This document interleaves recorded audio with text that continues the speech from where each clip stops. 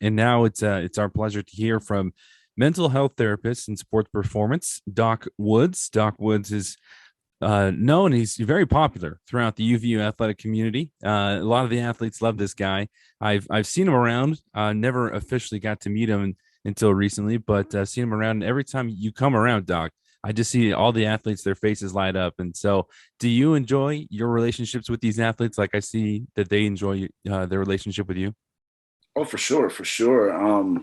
Everything's about relationship, especially dealing with something as stigmatized as mental health, you got to have that relationship in order to build that trust with the athlete. That way you can get them to the point of trusting you enough to take the information in and apply it to their, rather everyday life or athletic performance. So we'll get into the specifics of your role at UVU in just a little bit, but a little bit of background about yourself. Now, Doc, you're from the Chicago area, is that right? Correct. Yes. So growing up in that area, did you play sports growing up? Were you attracted to sports? Yeah, I played sports my whole life. Every sport, but basketball mostly. Okay. Um, I had an older brother who's 2 years older than me, so he kind of started sports early, like 4 years old, playing basketball. So I pretty much picked up a ball at 2 years old. Yeah, chasing behind him. So do you get that athleticism from your mom or your dad? um, to be honest, both. My mom was an athlete. She played basketball, volleyball. Um, like helped train me too. She was really good. My mom's like, 5'9", 5'8", so she played ball. My dad was a basketball player as well. He was known throughout Chicago, like street ball, like all that stuff, and ended up going to Illinois State and Oh, played a okay. little ball there as well. Yeah. That's awesome. Now, what was it about this particular field that attracted you to it? For me personally, it's I kind of just fell into it, if that makes sense. I started UVU career off, like any other athlete, high hopes. I want to go to the NBA and all these things. And when I first got to UVU, Rodney Price actually kind of took me under his wing. Hmm. And my coach was Dick Hunsaker. So, they just been kind of prepping me and everything. I had a good first season as a freshman. But that was my only healthy season. Hmm. After that season, the summer going into my sophomore year, I kind of had like a full blowout of my knee, Oh, ACL, MCL. I didn't have fractures throughout of it. Um, it was like a Sean Livingston type of injury, hmm. like Sure. critical to the point where even my doctor was like, yeah, you probably won't be playing basketball. Let's just try to get you to that same smooth walk you always do. But he was like, far as basketball, let's try to like not even have our hopes up. um and that was a death, hearing that, you're playing basketball your entire life. All my whole identity is attached to being seen and known as a basketball player, quote unquote. But that was definitely like the start of mental health and sports and sports psych and all of that. So did that really did that affect how did that affect you mentally?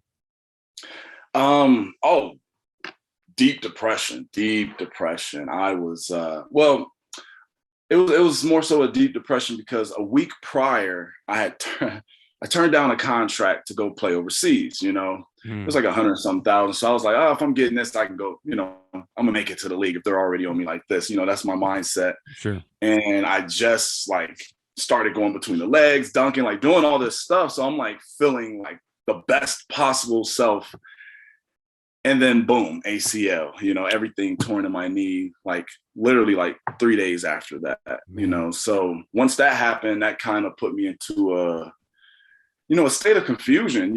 I don't know what's happening. I've never felt an injury like this before. I don't know what to expect. All I know is people usually tear their ACLs and things like that are just like, they never bounce back, you Hmm. know?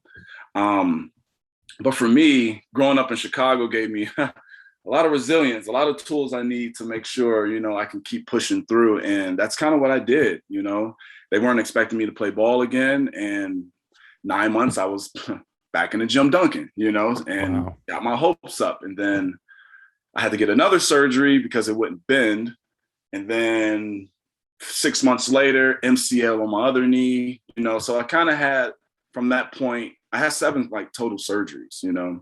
throughout my just college career. Jeez. And every time I bounce back, I've gained something mentally, like resilience and all those things, grit from the past surgery. And every time I was just confident that, hey, I can keep coming back. I can keep coming back, And then NCAA, I guess this is technically my intro into sports psych. NCAA forced me to see a sports psychologist. Really? I appealed for my last semester, and the NCAA was like, the only way they'll grant it is if I see a sports psychologist. They have to write off on it because they was like, hey, this kid has so many injuries, like no way he's mentally sound to be playing. Interesting. Which from the outside looking in, it makes sense. It's like, hey, are you all using this kid? Like, why are you, this kid is still trying to play? He has all these injuries and surgeries. So I saw a sports psychologist, and well, he wasn't even a sports psych. He was just a psychologist who like specialized in sports. And he kind of like assessed me. We talked about everything. And he was the one who introduced me and was like, look, for you to be able to come back even from the first one and still play at a high level and stay positive, still good grades and not, go sour in life. He was like, you have a lot of tools in which if you're able to replicate yourself and other kids and make them better and mentally strong, he's like, you'll have a long career. So I guess technically that was like my introduction into like sports psych. Yeah. Wow. So much there. So before that injury and before you said that you went into that dark place, had you ever mentally gone into a place like that before, or was that the first time? It might sound weird. I guess I've existed in that place most of my life without knowing it, because Sure. Chicago was about survival, but I was born technically in Bloomington, Illinois. Most of my life was in Chicago, but I moved a lot in my life. I was born in Bloomington.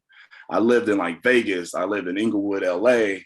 And then most of my life was Inglewood, Chicago, and that's like 5th grade, 6th grade, high school. So I've always existed in a place where, I really didn't know myself. Expectations of me were low because I was just an athlete. But I was brilliant at the same time. I guess my social awareness and things like that, being able to survival skills and all that was at a high level. But I was always like, who am I? What am I doing? I always felt out of place. And that's why my identity was so attached to basketball, and why when I tore that ACL the first time, it really destroyed me, and then everything sad within me, grief from friends or family dying around me, just violence, all kind of just came to the surface, if that makes sense. Oh, totally. That's very interesting that you say that. I just recovered from the second time of having COVID this year, and with COVID, the last couple years have been crazy for everyone.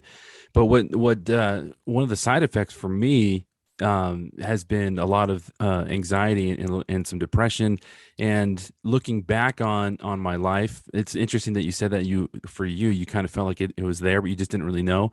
And I look back, and there are certain moments in my life where I kind of felt these things, but I just didn't know what it was. And so I just continued to push through it. And then now recently I've been trying to do more research about it, and I'm like, oh, okay.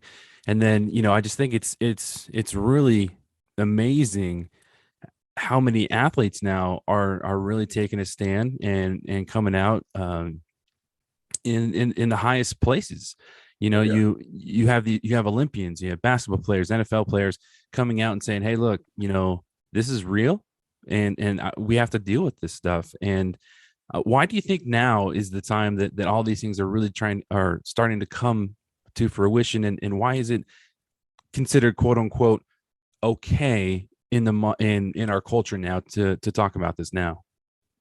From my personal opinion, like every generation is different, Sure. And certain generations, every new generation is not going to allow something the old generation kind of tolerated, if that makes sense. So I always look at like myself being, the 89 baby, quote unquote. I'm like the last of the 80s, but also the new generation. Right. So I'm kind of on both ends where, I had a coach who would call you, like cuss you out Yep. put you down and all these things to force resilience, to force, wanting to go against the grain.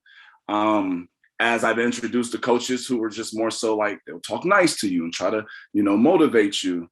But to be honest, I think it's got normalized. It was spoken about so much to the point where everyone's awareness of self and emotional state started to increase, So now it's like, if I'm sad or down or I feel bad about, oh, coach isn't playing me, instead of just sitting there like, oh, you know what, I just need to toughen up. I just need to be a man or something like that. It's like, no, I need to be aware that, hey, I am actually sad. I am disappointed. I am, putting actual names to these emotions is something that now has been promoted to a level where everyone's aware and know how to do it. It's one thing being aware of your emotional state, but it's another thing actually, acknowledging it and then being accountable for it, So I think the accountability part of, now's world of sports and how big mental health is to a level where it can't be ignored, There's no more toughen up. There's no more, oh, you'll get over it. There's no more, oh, just, you're not anxious. You're just over, there's no more downplaying this anymore. It's to a point where we can't ignore it and people have to actually pay attention. Oh, 100%. Yeah, I'm right there with you. I'm 88. That's when I was born. So I've had those coaches on both sides as well. So I totally feel you. But I just it is important. And what was considered quote unquote tough in the past. Now, I mean, talking about this and being open about this and helping others with your own personal story, that, in my opinion, is true toughness, in acknowledging that, hey, I can't do this anymore by myself, and so I need some help. And I feel like the more that we have these conversations openly, the more that we can help people out there, and I think it's awesome. Now, so going back to the UVU aspect, how do you how does that work? Do you just have an open door policy, and or do you have set appointments for the athletes? How does that work? It's how I do it is very unorthodox, to be honest. I'm very non-traditional as a therapist, as a sports psych. I try to make it conversational, make it lax, make it easygoing. I'm a one-man department, so it's me and 350 student athletes.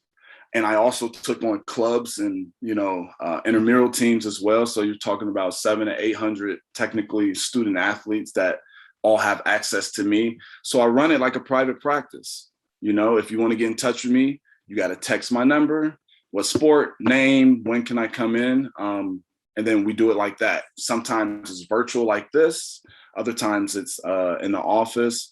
But because I have that freedom to run it like that, I actually can access, more kids than I regularly would, if that makes sense, because I travel with teams, I go to practices. But like I said in the beginning, it's all about the relationship, So if they see me at practice all the time and I'm talking to them, I'm shooting around with them, or I'm in the wrestling room, going over grip, or just like, talking about, hey, did y'all watch so-and-so last night? But building those relationships in those non-traditional parts of the day, which is practice, even in the hallway, I might just be walking, see someone on the track team. Hey, how y'all doing? How was your day? Hey, I saw what you did yesterday. Good job. And usually in that moment of just like walking by or in practice or on the bus heading to the airport, those are intimate moments where a kid feels comfortable enough and have the opportunity to approach me, and just say, hey, I know you do these X, Y, and things. I feel like I can do a little better in this category. Or, you know what, I'm super nervous before every game, and I've kind of always been like this. Do you have any tips for me? So sometimes it's like scheduled meetings, but most of the time it's just them catching me somewhere, and then that would be a session right there. Then I just go back and backlog the notes and things like that. But yeah, that's how I run it, and that's been very effective. And I get a lot of assistance from our crisis team. So if I'm in Chicago or LA somewhere, and a kid on the soccer team or wherever has a crisis, our crisis team is very well informed. I work close with them, so they know to get the kid in. But ultimately that kid is usually like, all right, they'll just call me, right? Or get me on the virtual and we'll have a session. That's awesome. Now, is this part of the holistic training LLC.com? Is that what this is? That's no, that's separate. So that's my private practice actually. Okay. And through that private practice, I'm actually linked to a lot of different agencies out here because I specialize in substance abuse as well. So Hmm. I got like 3 substance abuse agencies I work with where I take their clients or I'll train their staff. I work with a couple of other private practices and some like experiential adventure style private practices where horseback riding, they go up the mountain, maybe ski or snowboard, and any particular outdoor adventure way of therapy. So I work with various different agencies, but then also my private clients range from an Olympian to like a 6-year-old chess master, who's just out here killing it.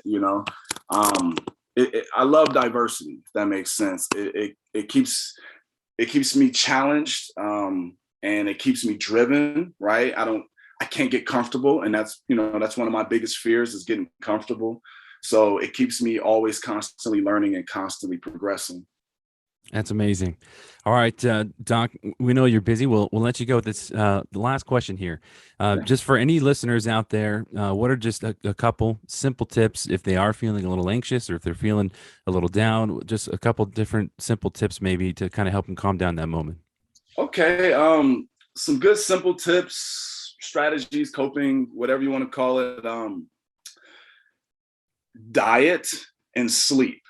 Eat a well-balanced meal, and think of it as energy. What type of energy are you putting into from certain athletes, I've changed diets and that's changed performance mentally and physically, so Hmm. I would say keep a well-rounded diet.